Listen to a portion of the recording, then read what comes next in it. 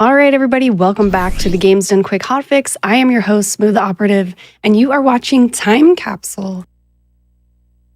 So before the break, some of you mentioned in the chat that this will be your first experience seeing Shadowgate 64. Now, to put this into perspective, our next game sold roughly 150,000 copies. Our previous game, Spyro 2, Ripto's Rage by comparison, sold 3.4 million copies. So this one is a little obscure, and I'm really, really excited about it. Here to speedrun Shadowgate 64, Trials of the Four Towers. Please welcome Kefka. Hello, everybody. It's good to be back on Hotfix in general. Great to be on Time Capsule. Last time you guys saw me was in December, I want to say. I was running Chameleon Twist 100%. But today we're doing something entirely different. We're doing Shadowgate 64. This game is definitely a vibe. It's very obscure. I wish I could say there was a community. There's not. I'm the only active runner in the last 10 years, pretty much. Quite literally. Wow. Let's go. There was a runner about 7 or 8 years ago. But other than that, just me. So if you're interested in this, hit me up. I'll gladly teach the game. I've got a tutorial, but let's just go ahead and get right into it. We'll start the timer in 3, 2, 1, go. Best of luck. Thank you. So this game starts off like any good speedrun does with a nice minute-long cutscene. I'll explain a little bit of the lore, I guess. So our character is the one being carried there. That is Dale Cottonwood. He's basically a hobbit. People call him a halfling, but let's be real. He's a hobbit. And we're getting thrown in jail. It's a great way to start a speedrun. You know? Oh, no. Yeah, it's terrible. We're going to be coming back to this prison or dungeon or whatever you want to call it a little bit later in the run, though. A lot of very important things go down here. But starting off the game, I'll explain a little bit kind of what kind of game we're dealing with here. Here it's a, sort of a Western medieval style fantasy game. It's basically a point-and-click adventure game, minus the point-and-clicking. It's all in first person, which is pretty unusual. It's a very unique game on the 64. Very dense lore. Very dense. Like, super dense. Tons of reading you can do. We're going to be skipping over all the lore, obviously, but, yeah. So, we're actually about to start playing here, and our character notices, hey, we're in a dungeon, and we're going to talk to this guy right next to us. Now, this is Agar. Very important character in the run. We're going to see him a couple times. He's basically a wizard, or a sorcerer, or whatever term you want to use. And he's explaining to us right now where we're at. We are in Castle Shadowgate. And the dungeon keeper comes and brings us some food. And yeah, there's not too much text in this game, honestly, other than like just picking up objects and stuff. So there's not really there is a lot of lore to explain, but I'll mostly gloss over it. So the very first thing we got to do, and this will kind of give you a bit of a premise on how this game goes, is we got to solve puzzles. And our first object we can interact with here is this piece of meat. Gives us the grossest sentence on the 64. When you eat it, it says, "You gag on the greasy meat." Terrible sentence. Oh, God. Oh, I don't want to hear that again. Yeah, right? It's awful. But after we eat the meat, we grab the bone that is left over there. And we're going to use it to open this sewer grate. It's quicker here to say no, and then use the bone. If you say yes, your character will try to open it, and then say, hey, I can't open this. So there's all kinds of like little tiny time saves like that all throughout this run. I wish I could say there was a lot of glitches and things, but currently there are no useful glitches in this run. So glitch hunters, please get on it. I would love for this game to be a little bit shorter. That'd be great. Now, Kefka, did you create a community for this game? Like a Discord community? No, not really. There's not really been any interest. If I'm being completely honest, it's been pretty empty on the Shadowgate 64 front. I've created a lot of communities over the years. I've been speedrunning for about 12 years. This one's one I only picked up last year, though. And it's just, yeah, it's pretty interesting too, because you would think a game like this could definitely fall in the cult classic kind of realm of things, but not exactly. So right there, you just saw a ghost. That was Lucas. Lucas is pretty important if you're doing world record attempts, but I'll explain a little bit more about him at about the 20 or 30 minute mark in the run. You notice we're walking around, we're grabbing some items. We grabbed an iron bar earlier, used it to knock over a pillar. We came in here, we grabbed a pickaxe. Our goal right now is to escape the sewers, which is, a pretty simple situation. Is my room made of guitar cases? No, chat. I'm a professional instrumentalist, and I just have a lot of instruments. Oh, that explains a lot. Just to actually answer that question, because I've seen it a couple times. Oh, sure. So coming in here, we use this pickaxe, and we're going to climb over this wall, and we're going to actually enter the very first tower or dungeon of the game. This is the Tower of Disciples, and the game is sort of divided into 4 main dungeons. And that's really all there is to say about the general kind of structure of this game. The dungeons do get, I wish I could say progressively harder, but the 4th dungeon's kind of a letdown. We'll get to that in a minute. But anyway, here's the Tower of Disciples. It's pretty quick. Coming in through here, like I said, the biggest thing in this game, it's like a point-and-click adventure game. We're just going to be picking up different items. We got to come in this room, and we got to grab this coiled-up rope, which we'll need a little bit later. And there are some objects we're going to be grabbing that we're not going to need till way later in the run. It's kind of like, how to explain this? Throughout the game, with a lot of the puzzles, a lot of the solutions is going to be very like you'll be able to find the answers in books that you can pick up and stuff like that. But since we don't need to read any of them and we can grab a lot of these objects ahead of time, we're going to be doing so because it's a speed run, of course. But we went in that room there. We grabbed the fairy sculpture. The game definitely messes that up a bunch. Sometimes they call it a sculpture. Sometimes they call it a statue. You can tell the localization was a little weird. Then we're going to come over here. We're going to grab this elf statue. It looks more like a gnome to me, but they call it an elf, so we'll go with elf. And then we're going to come over here and we're going to talk to Lakmir. Now, Lakmir is kind of the, for those of you who are familiar with Ocarina of Time, he's kind of the Kabora Gabora of the game. He's going to be popping up a lot and just interrupting the speedrun to feed us a bunch of very useless exposition. But more importantly, he's just really annoying. he just pops up and he just disrupts all the flow and all the vibes. So it's great. No, you don't have a weight limit. Thank you for answering. Yep. So coming in here, and this is an item I'm going to show off a little bit later. It will take an extra second or two to do so, but we'll be fine, I promise. This is Liquid Sunset. Fun fact about Liquid Sunset. They're one of the oldest threads on GameFAQs.com is called Liquid Sunset, and it's about this game. And it was the very first thread on GameFAQs.com that had so many messages that it literally got shut down. What? Yeah. Like, just so many people were responding? Yep. Just talking about, like, not even this game, just talking about life and stuff. It's a really interesting rabbit hole that I went down about a year ago.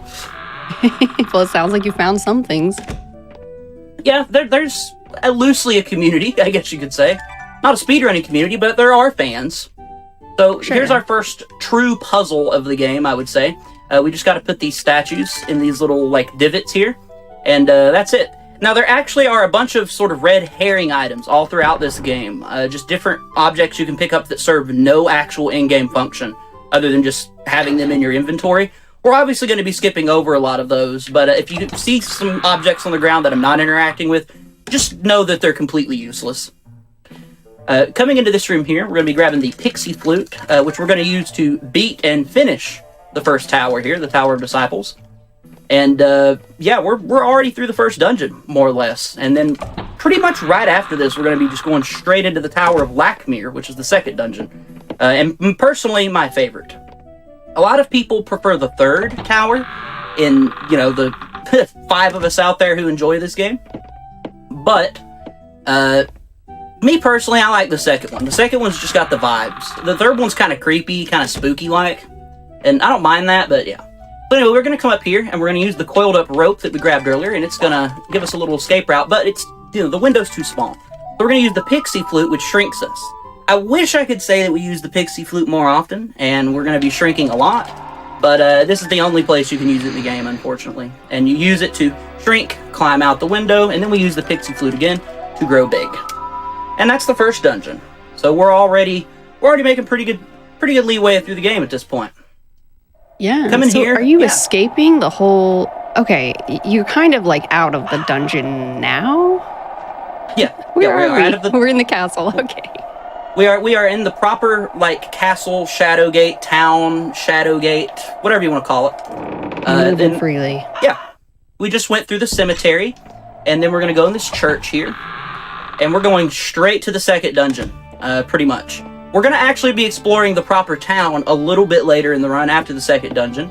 But for now, we're just rushing the first two dungeons. That's just how the route goes. First thing we got to grab, though, in the church basement is we grab this golden key. We can technically grab that later, but it's about 2 seconds faster to grab it right now, so I usually just do. And then we got to grab this crowbar. And then we're going to head upstairs. And we're going to come around here. We're going to go around these pews. And we're going to grab this potion that's sitting over here. This is the dragon elixir. Or the dragon tears, I'm sorry. It's probably one of the most, if not the most important item in the early game, for sure. We need it for a few different puzzles. Anyway, we're going to climb up this ladder, and then we're going to use the crowbar on this nail. Now, there's a pretty interesting puzzle coming up at the end of the second dungeon where you have to use a metal object to forge a key in like a smelting sort of machine. And you can use a variety of different metal objects. The game intends you to go back down the ladder and pick up the nail that was holding that chain in place. We don't need that, though. So coming upstairs here, we're on the roof. Now, this is a very risky speed game. I can't stress that enough. So I'm going to make a safety save here. I'm going to be making a couple safety saves in this run, just in case I die. Because if I die, there are no continues, we game over, and the run's just over. That's it. Oh, wow. Yeah, you have to just continue where you saved last. So I'll be making a couple safety saves. I wouldn't have expected that from a Nintendo 64 game, but here we are. It's pretty brutal. So anyway, now we're in the second dungeon, the Tower of Blackmere, and our very first mission is we're going to come in here to this barrel, and we're going to pour some dragon tears in this barrel of water, and then we're going to do nothing with it. We are going to come back for that later, but it's quicker to just do that now, because as we collect items, it pushes previous items we picked up further into our inventory, and since the dragon tears are the first item in our inventory, it's a little bit quicker to just go ahead and do that right there. So anyway, we're going to head downstairs, and we're going to get interrupted by the owl from OOT again, pretty much. He's going to... Basically, it's really funny. Me and one of the only other runners of this game make fun of this guy a lot because he'll show up and say, "Oh, Traveler." Essentially, he'll say something like, "Traveler, you're doing the right thing, but will you do this?" And then you go do the thing he said. He's like, "Oh, you did that, but will you go do this?" It's just very useless. He's like constantly trying to challenge you. Yeah, he's just constantly up in the ante. That's too funny. So this dungeon, unfortunately, and it's pretty much the only one like this. A lot of back and forth. We're gonna come downstairs here and use this bottle of oil on this rusty door, which allows us to open it. And then we're gonna go into a room and pick up one thing down here, and then we're gonna go right back upstairs. But on the way, I'm gonna show you all what Liquid Sunset does. It does have a puzzle function, but it does have a secondary function that is frankly hilarious. I don't know how that object grab worked. If you look at an object to grab it and it's like not on screen the right way, your character will just give you like a sort of a nothing burger kind of prompt, like there's nothing suspicious here, or I didn't find anything, or something like that. I have no idea how that one just worked. Like the item wasn't even on screen. I don't know. I've never seen that before, but I'm not gonna complain. Magic. Oh yeah. So coming into here, we're gonna pick up this rusty key, which is a required item for the run. I used to not think it was, and I've tried to route it out every which way of Sunday, but no luck. We're going to grab the ornate mug as well. And then we're going to go back, and we're going to head up to the top of the dungeon, back to that barrel full of water that I put the dragon tears in. But in this room here, I'm actually going to go into my inventory real quick, and I'm going to show off what Liquid Sunset does. If you drink it, it makes you really drunk. And your camera gets really strange, and you're spinning around, and it looks really weird, and it's very disorienting. Motion sickness warning. When you go through a loading zone, though, it goes away. But I thought it'd at least be interesting to show off what it does if you just drink the potion. It's very potent.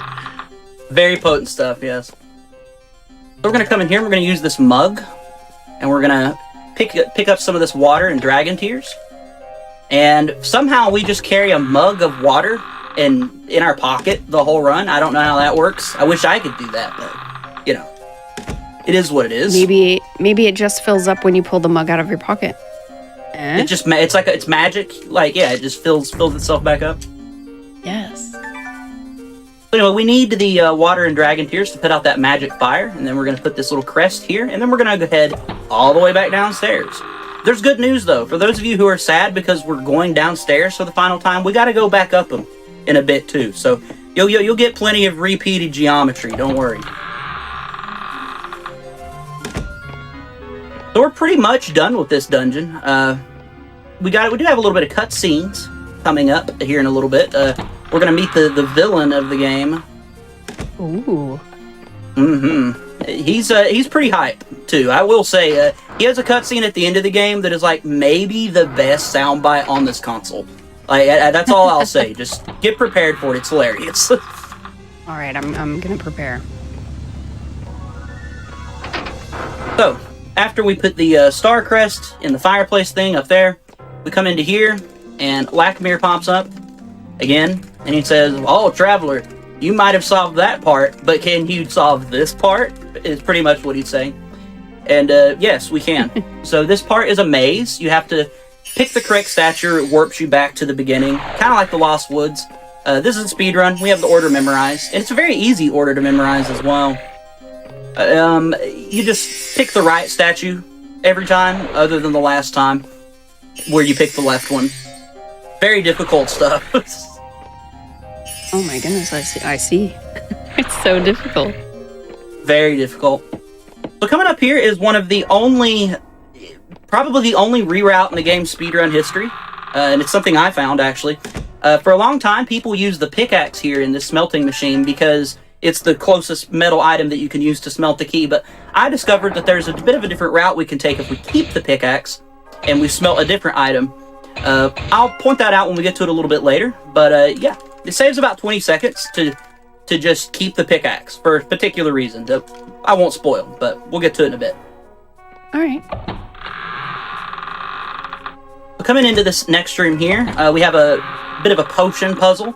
Like I said, a lot of solutions to these puzzles are in books that you can find just laying around throughout the game. But we already know all the solutions, so we're just blazing through them. But coming up here, we got to use the night elixir that we just picked up, and then we got to mix it with that liquid sunset. So there's the actual function of our bottle of liquor, essentially. And what it does is it reveals these glowy things on the ceiling. I don't know. It's a very, very abstract kind of puzzle. And yeah, that for some reason that allows us to unlock a keyhole that's on the ceiling. I don't know. Very, very strange. But we're going to use the key we just forged, and we're going to put it in the ceiling for some reason, and it's going to open this door right over here. Now, in this room, there are 3 rings. We're going to be picking up the Ring of the Dead. That's the only one we need, the red ring. The other 2 rings do kind of have functions, sort of. The blue ring reverses your controls, which might sound useless, but there is a use. We're not going to pick it up, but there is a use for that. The green ring just kills you when you put it on. So that's exciting. So anyway, here's our first cutscene of the game, true proper cutscene outside of the beginning, where we're going to be meeting the villain. Now, the very, very few people in the Shadowgate community, we really like this guy. He's our boy. This is Belzar. Everybody say hi to Belzar. He's pretty interesting. And by interesting, I mean he's kind of not that interesting at all. But we gotta latch onto something here, you know. And you said he's called Belzar or Balzar? Belzar. Belzar. Belzar. Yep. Belzar with a Z. Or Z, wherever you are. Also, the faces in this game are pretty hilarious looking. There's one guy later in the game that they incorrectly stretched the texture over the geometry, so his face is like very not correct. I'll point it out when we get to it. It's really funny looking. It kind of reminds me a lot of the wrestling games on this system, if anybody's ever played those. Any wrestling fans in the chat?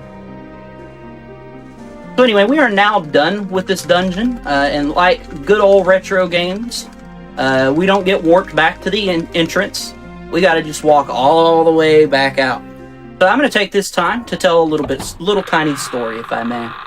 So yeah, Yeah, and my very first Games Done Quick appearance back at SGDQ 2014, I was running Chameleon Twist any percent, which was a lot of fun. But there is, I don't know if it's kosher to mention this exactly, but I'm going to anyway. I promise it's fine. There was a very infamous cringe moment. Yeah, there's a very infamous cringe moment that happened during that, where somebody said, "I'd really prefer if you would be quiet." I was there for that moment. I am the guy sitting on the couch, or behind the couch, in the striped shirt during that infamous clip. Oh, that's wild, Kafka. You've been in the game a long time. 2014, you said? Yeah, that was my first GDQ appearance. Was SGDQ 2014. What a throwback. But yeah, it's really interesting because when I've seen all these people reacting to that particular clip, it's getting millions and millions of views. I'm just like, hey, that's me in the thumbnail. It's just interesting. I mean, as long as you had fun, Kafka, that's all that matters. Oh, it was fun, for sure. So, we are officially done with the second dungeon, the Tower of Lackmere. I did make one more safety save. I'll be making maybe like 2 more of those throughout the run, just to be a little safe, for the sake of making sure we get through the run. In a world record attempt, we obviously wouldn't be doing that. But anyway, we picked up the red ring at the end of the second dungeon there, and that's the Ring of the Dead. And what that does is it allows us to talk to dead people. And the very first thing we're going to do with it is we're going to open this casket, and we're just going to talk to this. I mean, there's just a literal corpse in here, which is, that's interesting, I guess. But we're going to talk to her ghost. This is Jezebel. Jezebel's going to give us her pendant, which is a extremely important object in the game. We're going to be equipping it a few times. But now we're actually more or less going to be entering the proper town of Castle Shadowgate. So you guys will get to see a lot more of the, true environment of this game. And like I said, this game's a vibe. The music in it's very interesting. It's a really cool vibe, for sure. I want to walk around the town for sure. So we're back in the sewer now, and the sewer has an alternate exit that you can't open without the rusty key. So we're going to be taking that exit now, and you'll notice that we're going to be entering the first dungeon again through here. So this whole game is kind of like all the loading zones sort of connected, almost like a circle loop, if you will. And yeah, so we're going to be coming back to this room one more time. I forget this ghost's name, but he explains to us that his granddaughter is unfortunately dead, but he wants to be reunited with her spirit. And he wants us to go find her spirit. So we're going to do that in a little bit.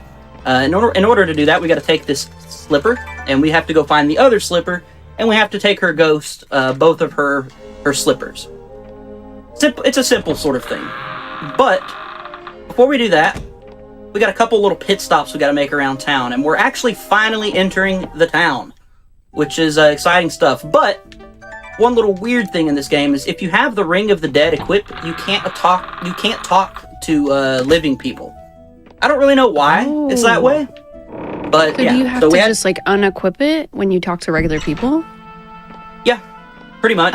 What I usually do is I just switch to the pendant. I'll just equip the pendant, just because it's quicker to do that than it is to scroll over and unequip the Ring of the Dead. But yeah, right on. So coming up here, we have probably the other longest just chunk of nothing in the run, where we talk to this bard, or the troubadour, I believe he calls himself. He's going to sing 3 songs to us, and we got to listen to all 3 of them.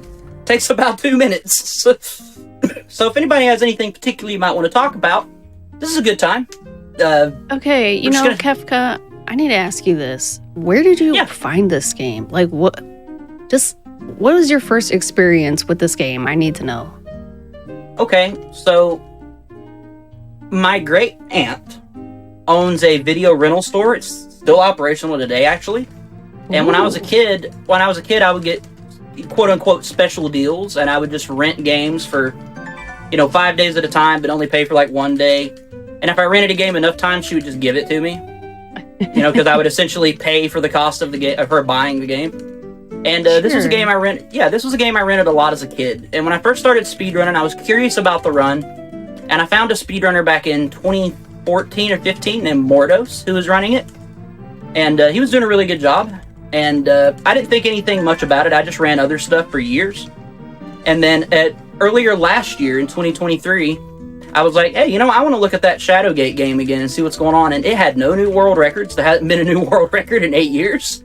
Not even new runners. Like, it was just empty. And I was like, you know what? I'll grind that out. So I did. I grinded out the world record, and it was a lot of fun.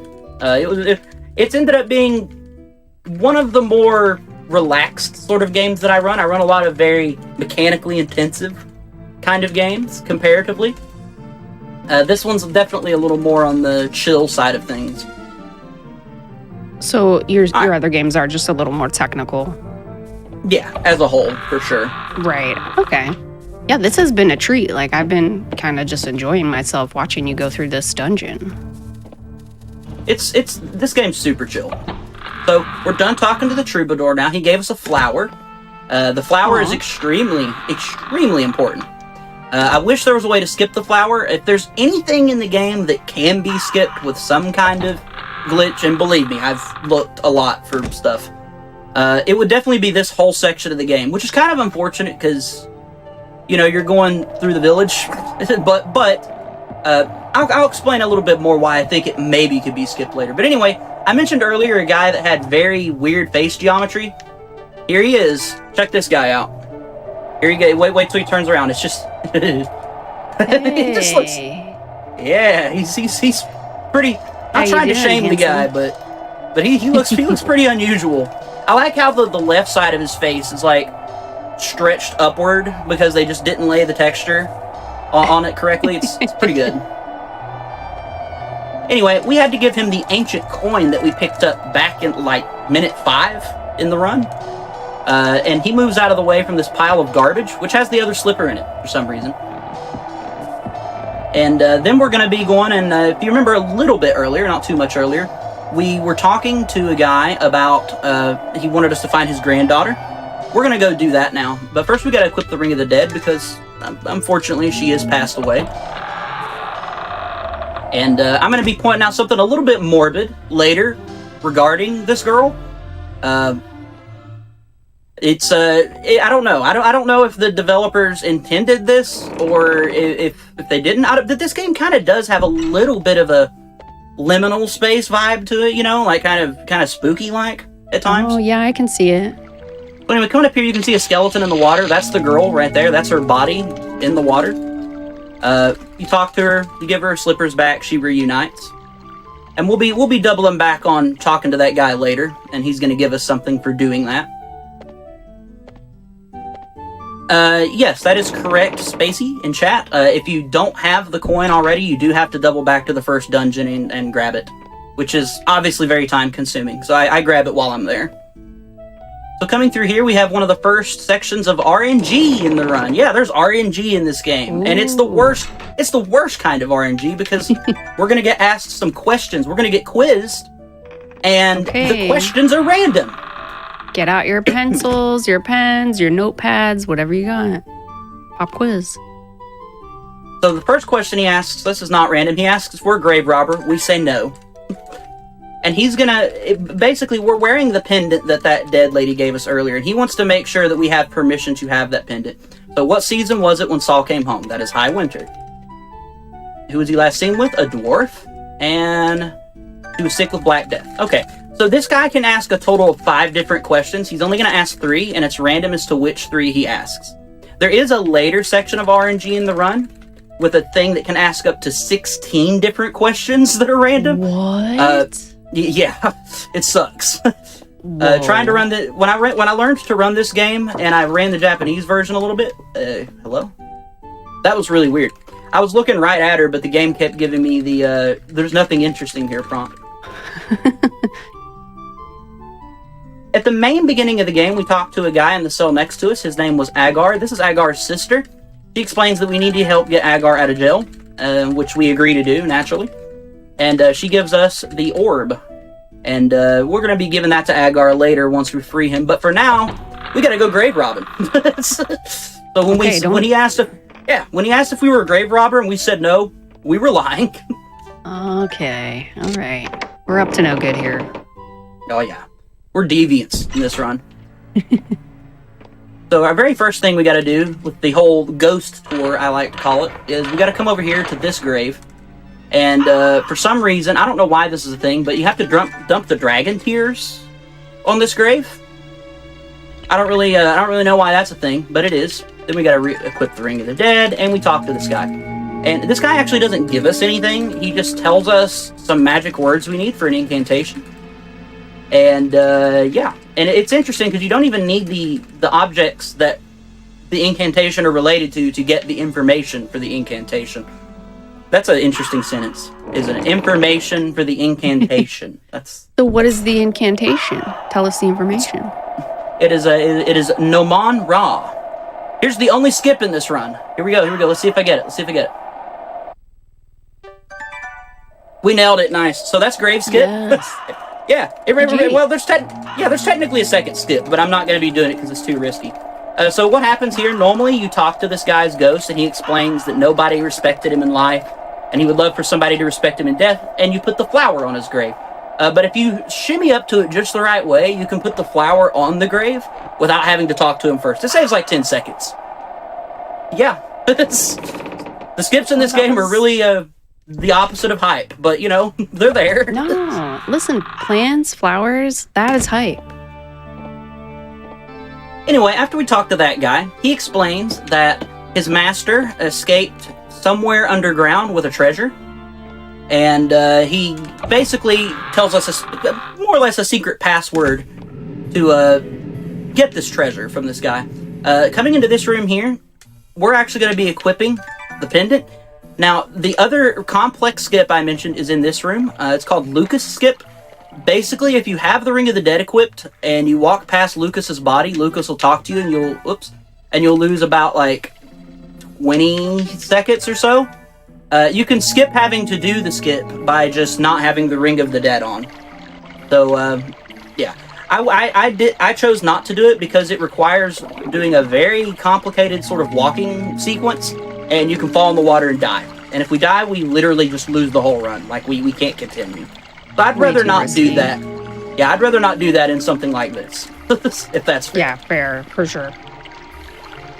So anyway, that is Dursius, or maybe his name's Aristolan. I don't remember. Anyway, he gives us a treasure, and now we get to use the pickaxe to climb this wall, and this is why we keep the pickaxe. The old route would do what you're about to see much later in the run and have to backtrack all the way to this area for this. But because we kept the pickaxe, we can just go straight out of the sewers, straight back into the first dungeon, which is where that ghost was that wanted us to find his granddaughter. We can talk to him, and we can go ahead and finish that quest out. It saves something like 20 seconds over the course of the run to do this route versus the other one. So, yeah. Pretty little kind of interesting routing time saves. But now they're reunited. That's wonderful. Yeah. So he gives us the Stone of Thirst, which the description of the item says that it drains water, basically, and for some reason it only drains one specific pool of water. Don't let it fool you. We're not that lucky. So coming up is the bigger chunk of what I said could probably be skipped if somebody found a way around it. First, though, we have to go to the store, actually. It's the only time we're going to go to the store. And we're going to give the guy at the store the treasure that we just got out of the sewer. And he's going to offer to trade us a violin. And he gives you a choice of 3 different violins. And one of them is the correct answer. The other 2 are not. We specifically need the chipped violin, which is the second violin he is going to offer us. The game doesn't soft lock you. If you do pick the wrong violin, he'll let you swap out. You find out basically the hard way that you need a different one. But we know we need the chipped violin, so we're just gonna go ahead and grab that. Cyanide Gunner, it does not drain that particular water. It sort of does, but by proxy. It'll make sense later. So now we're actually going to go free Agar from the dungeon. We're finally going back to the place from the very beginning of the game, and we're going to free that guy that was in the cell next to us. And this is where there could be some stuff that skips. So the room we're about to go into has a series of triggers. And if you walk into it ahead of time without having specific objects in your inventory, the dungeon keeper appears and he just kills you. And that's just it. Like, there's no combat. Like, you're dead. And I've always theorized that if you could find a way to get past these triggers, you could go free Agar, like, early in the run and skip this entire town section. So, glitch hunters, get on that. It'd be pretty crazy. Anyway, we put the violin down and it distracts the dungeon keeper. He plays violin. That's something that the troubadour told us earlier, by the way. And we're going to go down into the dungeon here. And we're going to open Agar's cell. We're going to run straight up to him and we're going to give him his magic orb that we got earlier from his sister. And some pretty interesting sound bites here. I'll be quiet so you can hear them. They're pretty funny.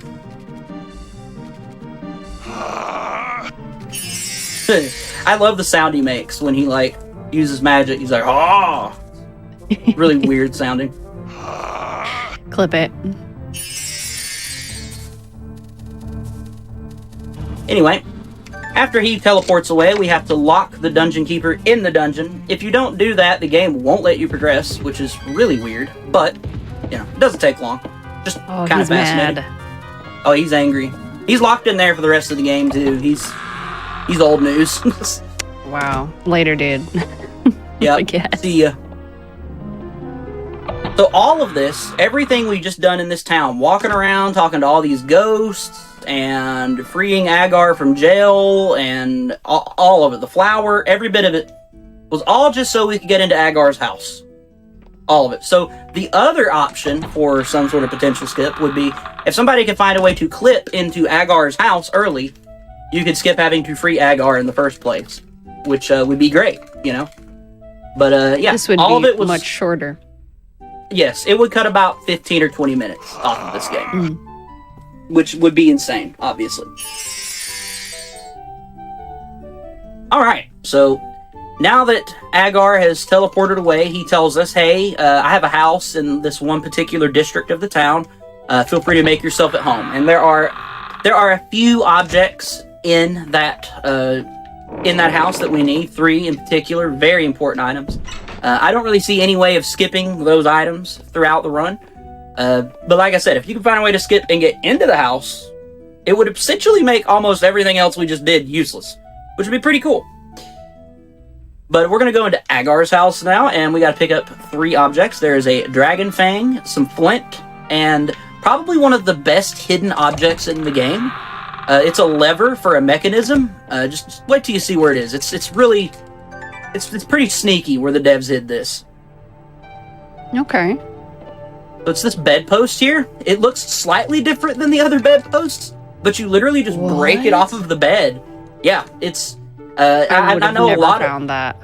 I know a lot of people who've gotten stuck there, like especially as kids. Like, you know, you played it growing up. Like oh, where do I find the lever for this machine? And it's, to be fair, it's hidden pretty well. Yeah, I'll say. Coming through here, we're going to be going into this area here, and we're going to finally be draining some water. If you fall off of the edge of these ravines, by the way, here, you die. When in doubt, everything in this game kills you. Just word of advice. Like, just be prepared to die a lot if you go into this game wanting to test some things. But we're finally going to use the Stone of Thirst, which drains the water in this room and nowhere else. And what I find interesting about this whole sequence is the reason we drained this water is so that we can go upstairs and turn some valves to drain some water. It's a paradox, really. Yeah, it makes no sense. Because it's like, why couldn't we just use the Stone of Thirst to drain the water that's later? I don't know. I don't get it.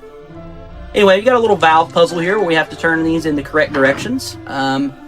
I've messed this puzzle up a lot on world record pace because I'm really bad with things like left and right. Like, if there's like a combination of things where I have to be like, you know, left, right, I'll be like, is it right, left, or it just like gets mixed up in my brain, if that makes any sense. But we got it. So that's good. Yeah, GG. And then we use the lever on the mechanism. We put it on there. And this is probably the most redundant time that Black Mirror appears. He says, "Oh, you put the lever on the machine, but will you pull the lever?" And we're like, Wow. "I think I will." Yeah, we're like, "I think I will pull the lever." And he's like, Is he "Oh, really? you did it." I can't believe you pulled the lever. It's Wow. like, okay. So here's the morbid thing I wanted to point out. It drains the water from this area, and you can notice if you those who were astute, you could still see the ghost girl's skeleton laying there. Her name is Caitlin. So Caitlin's body was still laying there. And when this washes away, her skeleton is no longer there. So we literally just like washed her body into the sewers. just nonchalantly, like, just gone. Like, Well, I'd say she's in a better place, but I don't know, Kafka. I don't know. to be fair, her spirit is reunited with her grandfather now, which that's a good thing. That is true. That is true. That's a good thing. But like, I don't know, it's just kind of sad. It's like, you just wash it away. It is. Just get out of here. Like, nah. She deserves, like, a proper burial or something like that. Absolutely. Anyway, that opens the third dungeon, which is by far the most difficult dungeon in terms of mechanics. The section I mentioned earlier with the 16 random questions, it's only going to ask 5 questions, by the way, and only 4 of them are randomized, but it can be a total of 16 different questions that the thing can ask, and it's pretty awful for speedruns. I'll be real, it's pretty terrible. Just mostly because if you mash through it, you could select the wrong answer, so you have to like slow down and actually read a little bit. The way I've kind of learned to do it, and I'll be taking it a little safe in this naturally, but the way I've kind of learned to do it quickly is I just read the answers as quick as possible, and I don't even look at the questions. I just memorize sets of answers that it can give you. Yeah, that makes sense. So this is the third dungeon. This is the Tower of Trials. This is the spooky dungeon, if you will. There's a whole maze section in here that's just terrible. But first, we have a puzzle where we have to select the correct pieces to design a coat of arms. The coat of arms is all over the walls in the previous room, which is how you find the correct answer. Very strange puzzle. It's very unique compared to anything else in the game because it takes you to this separate screen. And the solution's always the same for this. You select the first thing, the last thing, and then just the first thing on the next 2. So very simple. And then we're coming up to what I like to call the Demon Wall. Now, the Demon Wall is going to ask us a series of 5 questions. The fifth question is always the same, but the first 4 are completely randomized. Let's see what we get here. Okay. Who has forever been known as the Good Master? That is Lackamere. Okay, there's question 1. I always get that question first, or rather, not always, but the last like 5 runs I've done, it has been that one. Okay, this one is, I have notes on this. I haven't ran it in a little, or not like very actively a bit. It's Death Magic. Okay, cool. We're good. Nobody saw that. I had that memorized. Of course. Oh, of course. The number of waves into the tower, that is 2.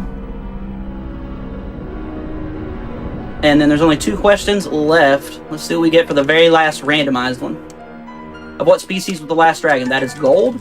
And then the very last question is, who is the true king of Kal Torlin? And the answer to that is always the same. And the question is always the same as well. The answer is Nathor Dreslin. So that's the last RNG gauntlet of the game. And then we're coming into a very weird area. So your controls and your looking mechanic gets completely reversed here. Like up is down, left is right, and so on and so forth. There is a way to make your controls normal, and I also made a safety save there. There's these spinning blades in this area. You'll see one right in front of me right there. You walk into it, you die naturally. You can power through this very quickly, but it's a little risky. So I'm walking just a little bit safe to make sure we don't die. Even if we did, I did just make a safety save, which is good. But still, would rather not die.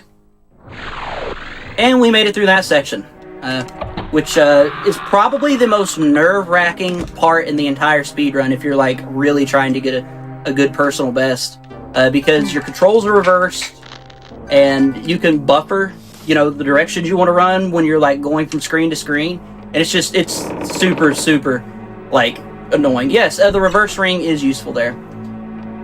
To answer the question in chat, there's also the blue potion, which has the same effect, which you could use there, in a casual playthrough. So this is a maze, this whole section is. So we have a candle. You can see it on the top right corner of the screen there. If the candle burns out before we make it to the end of the maze, we get warped back to the beginning of the maze. That may sound super risky, but, and it is if you don't know how to get through the maze, but I'm not going to say anything yet, because if I say that I've never gotten, like, stuck by this, something will go weird, so I'm just not going to say it. We'll just get through the maze. I'll jinx it, Yeah, it's a good plan. Oh, for sure.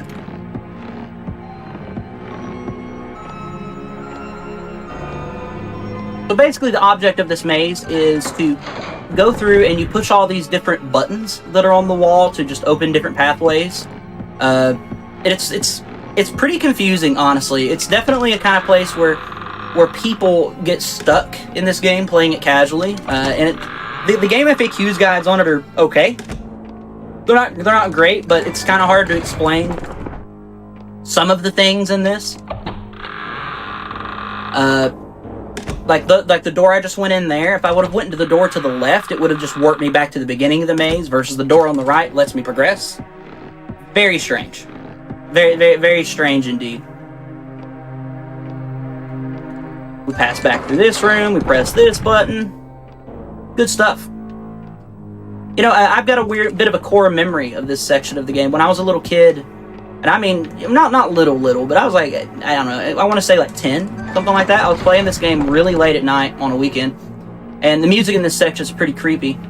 And my dad walks through and he says, hey, don't stay up late and scare yourself. I was like, oh, I'm not going to. I naturally did. I just stayed stuck in this maze for like 5 hours, and by the time I went to bed, I was like having weird fever dreams. Essentially, it was great. Did you tell your dad after the fact? Oh, absolutely. Yeah, absolutely. He was probably laughing about it.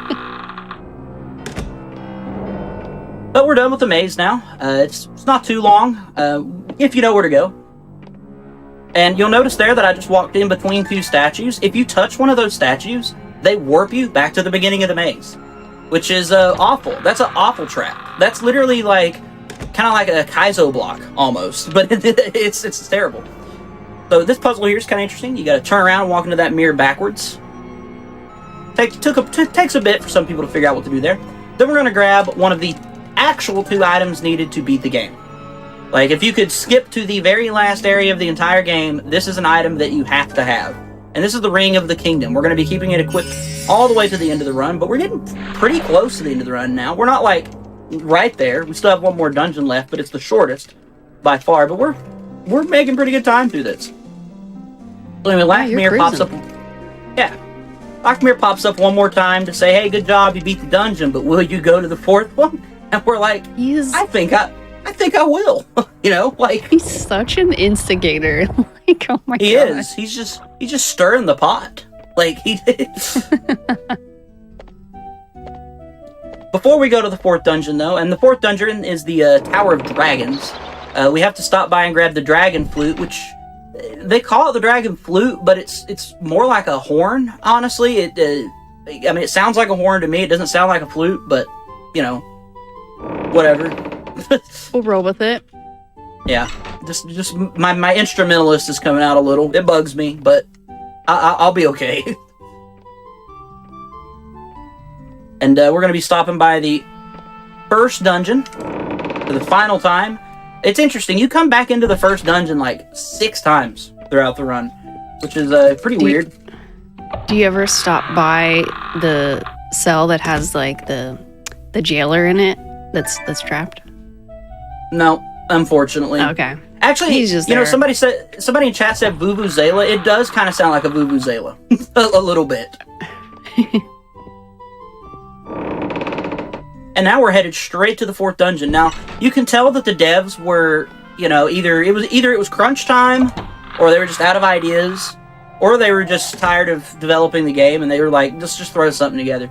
This last dungeon is basically just a spiral staircase, and that's it.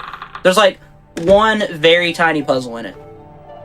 And they didn't want to they didn't want to change the name of the game to the 3 towers. Yeah. Had to be 4. Somebody in chat has asked, what is the release date for this game? 99. That's what I know. So we use the dragon. Did I actually say dragon horn? Is the name of that the dragon horn? Was I wrong? I bet I was. Whatever. Anyway, this is the 4th dungeon. This is the Tower of Dragons. There's a couple things we got to do in here, but it's essentially nothing. First, our character just looks around and is just like, wow, look at this place. Padding. So anyway, we're going to continue around this area, and you can cut these corners a little bit deeper, but naturally, you fall over the edge, you're dead. We don't want to be doing that, so I'm going to be playing it a little bit safe. We're going to come in here, we're going to go down this ladder, and we're going to grab this gem. It's essentially a dragon eye. They call it like the dragon gem or something like that, but it's an eyeball. Let's be real. It's the thing on the front of the box. I recognize it. It's on the front of the game.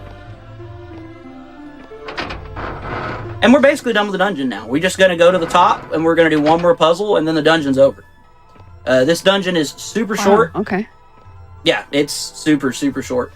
First, we got to stop here though. We got to use the dragon fang on this, which makes the stairs appear, and if you don't find the dragon fang earlier, you gotta go back and find it in Agar's house. But yeah, and this whole dungeon is just literally what you're seeing, for the most part. We're just going around this spiral, riveting stuff. I think they did a pretty good job, though. Yeah, I mean, it looks good. It's a little empty compared to the others. You know, like Dungeon 2 and 3 especially are full of very, like, kind of interesting puzzles, especially if you're playing casually and, you know, you're having to stop to read the books and, like, get the lore to find the answers. It's pretty interesting. The room I just went through there actually has a puzzle that a lot of people think you have to complete, but you don't, where you have to repair a loot. But, yeah. So, the last puzzle in the game, the last true puzzle, is these dragon statues. You have to select the correct wing to pull on them, and you have to select the correct order to create a melody. And it's pretty interesting because the game actually, like, plays the melody for you in the previous room with the guy that you fixed the loot for. I have heard of the sequels to this, the canceled sequels to this game. There is actually a PC release of a remake of the original game that came out not too long ago. That had one of the kind of, I guess you could say, pseudo moderators of the Shadowgate 64 community on GameFAQs.com. He was actually one of the play testers and one of the designers for it. It was kind of interesting. But yeah, so here's the very last dragon. He's got a stick in his head. That's the Staff of Ages. The Staff of Ages is a pretty interesting item. If you touch it when not wearing the Ring of the Kingdom, you die. That's the name of this game. If you do something and you're not sure, you're just gonna die. But we have the Ring of the Kingdom on, so we can take the staff, and instead of pulling it out of the top of the dragon's head, we just rip it straight through the front of it, which is, that's fun. But the dragon comes back to life, and we're gonna fly away on it now, and we're gonna go back down into the town. And now that we have the dragon, we can finally go confront the actual villain of the game. And yeah, we're in the epilogue, essentially, at this point. This is epic. It kind of is. You get your own dragon? This is so sick. You don't get to fly. I mean, he's flying on it, but I'm not doing anything. Like, it's just, cutscenes. But yeah. Oh, yeah, but I mean, it adds to, like, the fantasy. I bet people playing this back in the day were probably amazed, you know? I was. When I was a kid and I beat this for the first time, I was blown away. I was like, whoa, a dragon, For sure. I would have been too. So the dragon drops us off in town, and then we got to come and commit an arson, which is fun. As one does, yeah. As one does. We're grave robbing, we're arsoning, we're doing all the don't things. Don't do any of these things, my friends. Yes. But really what we're doing is we're setting fire to that barn to distract the guards. Now here's the real last boss of the game. We'll see if this goes well. So this guy here Ah, I got it. Cool. So sometimes if you walk up to him and you get too close, he'll just push you away and you'll lose like 8 seconds. I don't really know why it happens, but sometimes it does. He's the real last boss, I like to joke. He's essentially the last guard we have to get out of the way. What happens there is I gave him the pendant that the dead lady gave us way earlier, and it makes him feel guilty because he murdered her son. I believe that's the lore. And he just like runs away. He's like, yeah, go stop the villain. I'm sorry, I was evil. And we're like, all right, man, sure. So we're gonna fight the final villain here, sort of. And all you gotta do is put that in that, and that's that puzzle. We beat the villain. Great. Wow, but just like that. But the best soundbite maybe on the entire N64 is coming up here in a second. I'll make sure to be quiet when it does. This guy comes out and he chants around this staff or whatever. It's epic. It's like I want to say it's the worst sound design, but it's so bad that it's good. You know, it's in that territory of things. So so this is Belzar, and he's happy because we completed his magic staff thing, so he can do his ritual or whatever. But it's a trap. We've laid a trap for him essentially. All right, here we go. Y'all ready for this? He's getting ready. All right, I'll be quiet.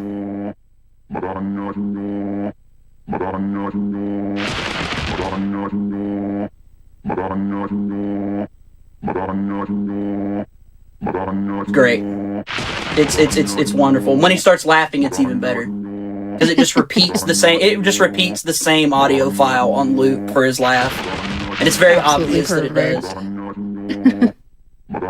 I just love the noises he makes. Like the laugh is just like it's just terrible. For more, follow Kefka14 here on Twitch. Oh yeah, we have a good time.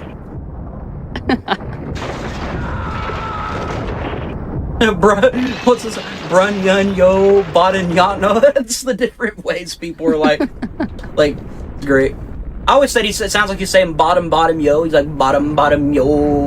Like I don't know what it's weird. So anyway, his spell goes wrong and he unleashes Lord Voldemort or the Warlock Lord or whatever you want to call him. And now we're at the true end of the game. There's about a minute left in the run. And the Warlock Lord has been reincarnated. And it's everything's terrible. Castle Shadowgate is in ruins. Black Mirror appears one more time, and he's like, "Man, that really did not go according to plan. Good luck." And we're like, "Yeah, we got you, dude." So the last thing we got to do is we got to go use the Staff of the Ages and the Magic King and the Ring of the Kingdom. Sorry, on the Warlock Lord, and we win. And well, you don't really use it on the Warlock Lord, but you kind of do. So here's the Warlock Lord. You can see him looming over this plaza.